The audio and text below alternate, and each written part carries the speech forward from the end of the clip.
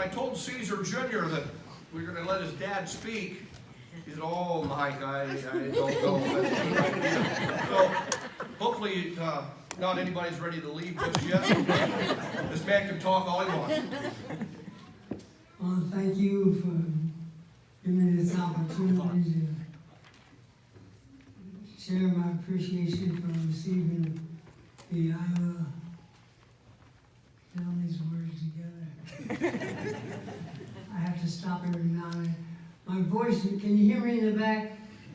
Because I have Parkinson's disease, so my voice sometimes cracks. And if I'm up here, I'm not cold, I tremor from Parkinson's disease. So you don't know if I can come up here with an overcoat, I'm not cold. It's an honor to be here, and it's an honor to receive this reward. I thank the Iowa Track Coaches Association for that. And I appreciate the fact that my family and friends are here. Matter of fact, the young lady to my right at the table went to junior high and high school together. And so she came with her husband Bob, kind of came to acknowledge what's going on now. I have to say one word to Jason Scales, who was probably the greatest running back that Valley High School ever had.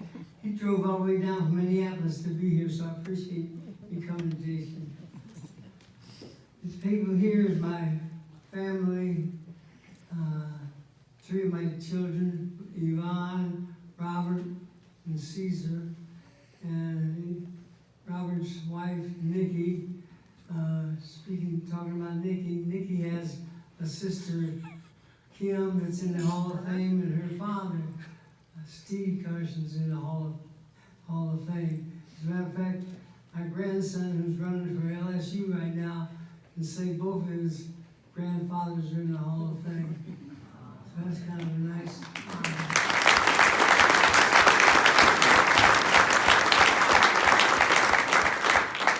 And I want to give a special thanks to my wife, Phyllis. We've been married 39 years, and she's put up with me that long. In the last 10 years with Parkinson's, she's been a coach and a caregiver. And so if you would you give her a hand?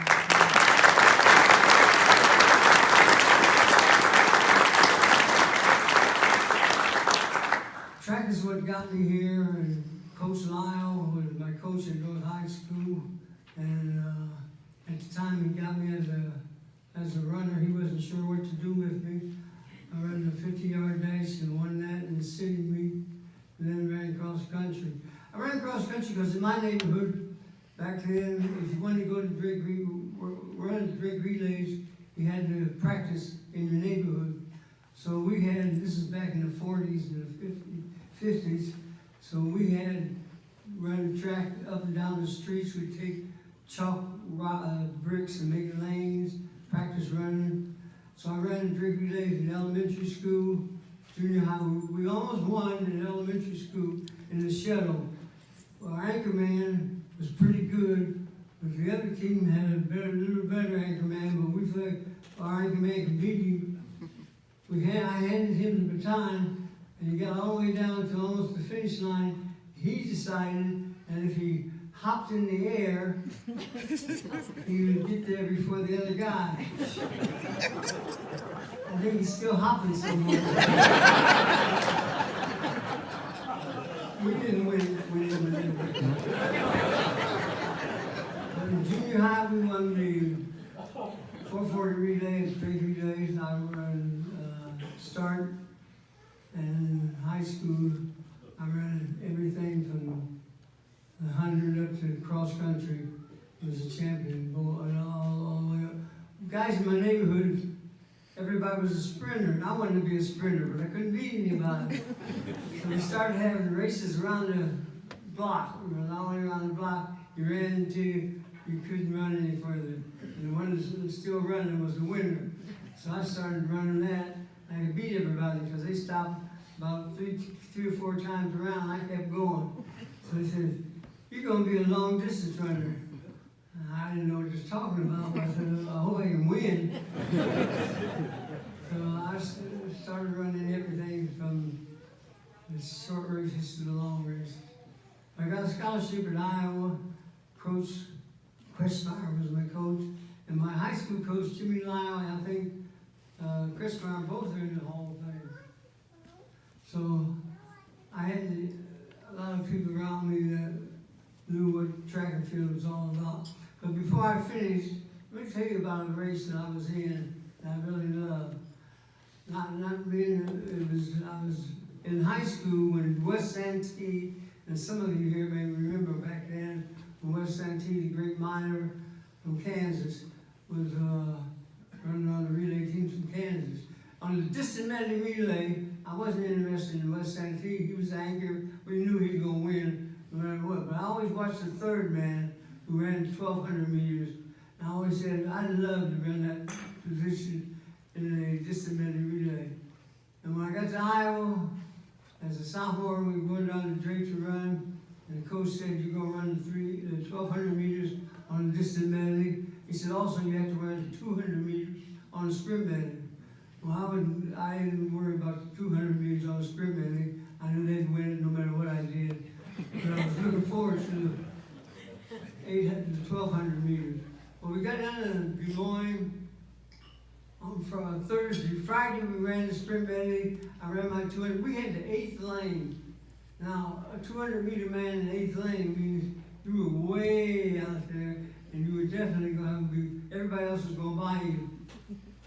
They were going by you, but your lane was the reason why they were going by you, except in my case, they were going by me because I was the slowest. But we won. I got my first watch at Drake Relays, so I was excited about that. But Saturday is what I was looking forward to.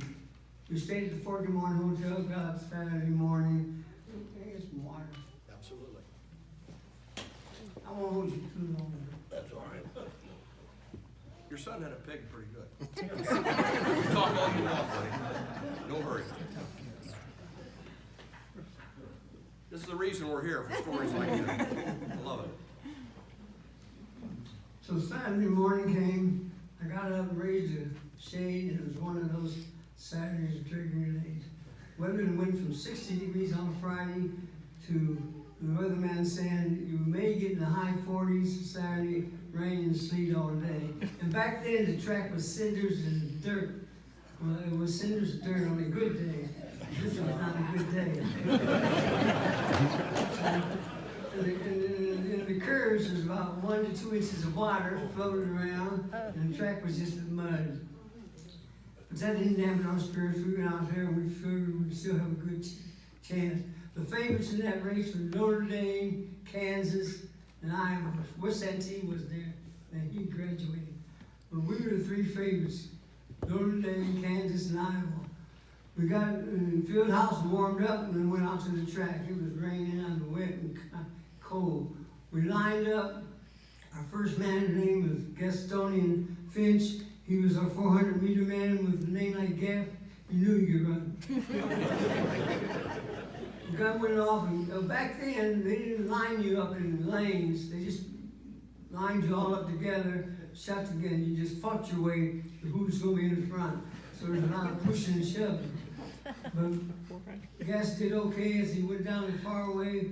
We released in 4th, and I figured he'd come around the north curve. He'd hand the baton off to Murray Keating, and we'd have a shot at that. So Gas came around, and we were still in 4th.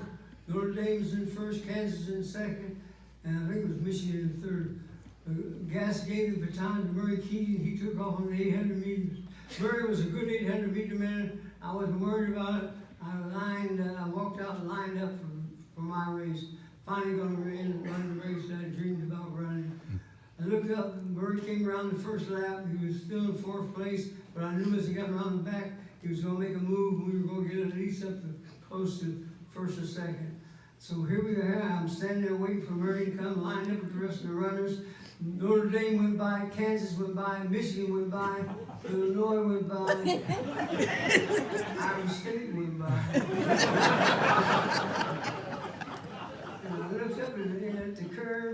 and there was Murray getting up out of the mud.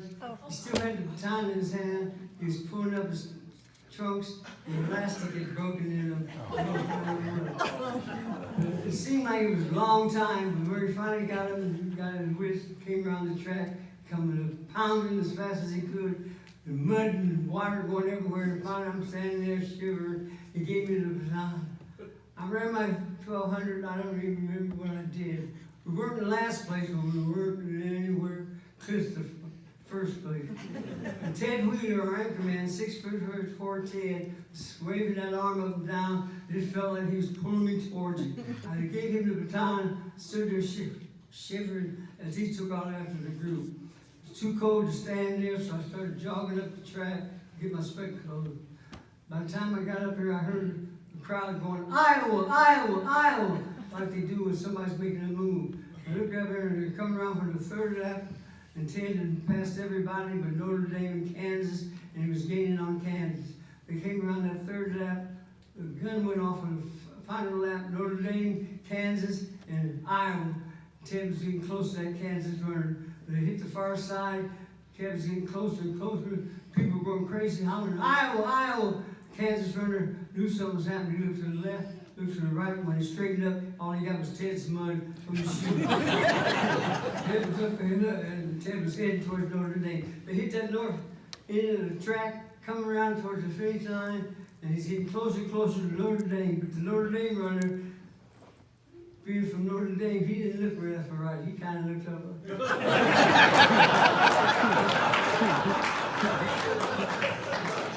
When he straightened up, all he got was Ted's mud.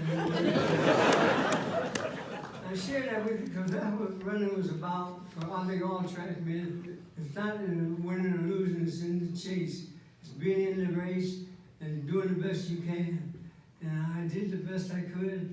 I'm glad to be here and I appreciate this award and thank you very much.